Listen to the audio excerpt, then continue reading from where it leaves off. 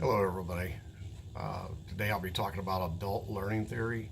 What is e-learning? According to Horton, e-learning is instruction delivered on a digital device that is intended to support learning.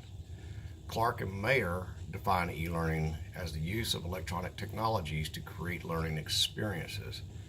Clark and Mayer go on to explain that the given definition was intentionally left open-ended to allow complete freedom as to just how those experiences are formulated, organized, and created. I prefer this definition due to that very freedom, which I believe is necessary for proper and relevant online instruction. I've chosen to briefly discuss Malcolm Knowles' adult learning theory. According to Knowles, noted that adults cannot learn in the same way as children. Children are brought up in an environment where the adult education provider or the teacher is an authority figure, and it doesn't work the same for adults. You look at them as a peer and expect to be treated differently.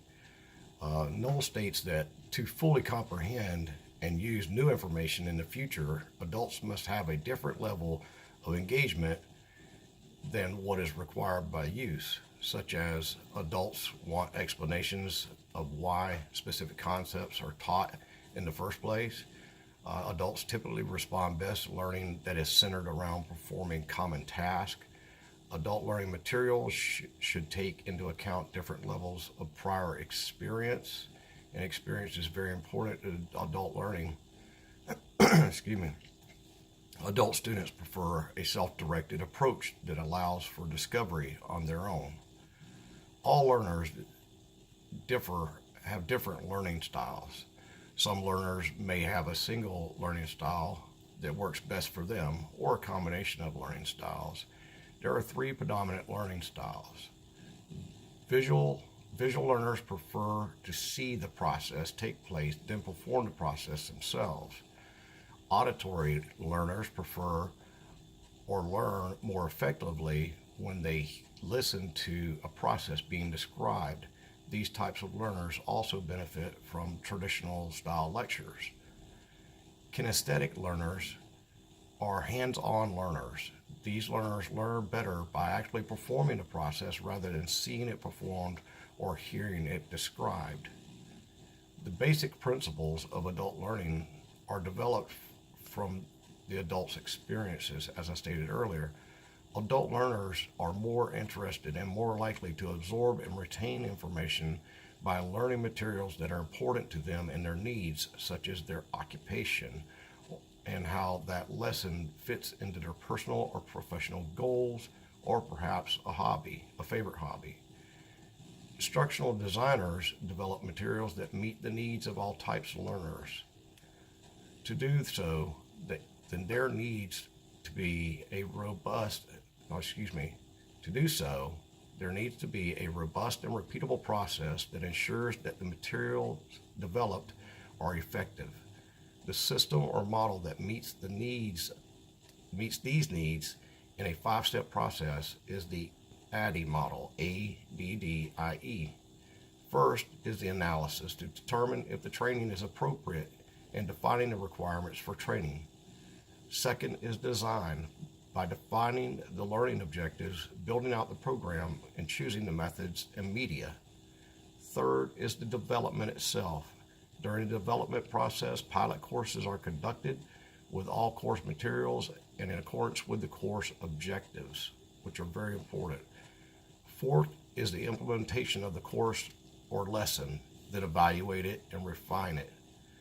Fifth is the evaluation process at course or lesson milestones to ensure that the course or lesson goals are being met.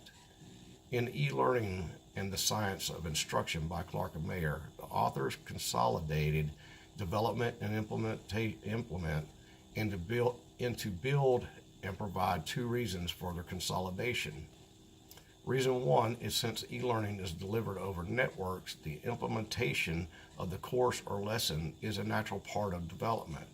Secondly, the authors explained that since the process is iterative, I will not say that word correctly for some reason, as opposed to sequential, implementation does not lag development but goes on at the same time.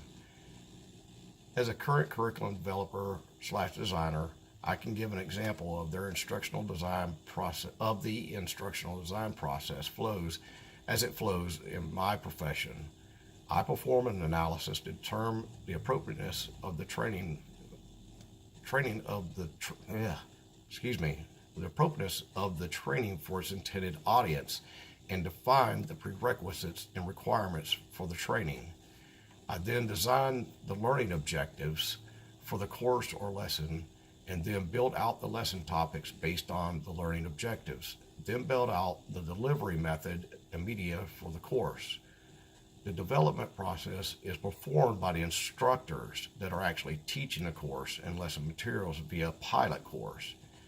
After the development portion is completed by the instructors, they return the course materials back to me with red lines or comments on what to change, where to change it, and any other suggestions on how to improve the instruction.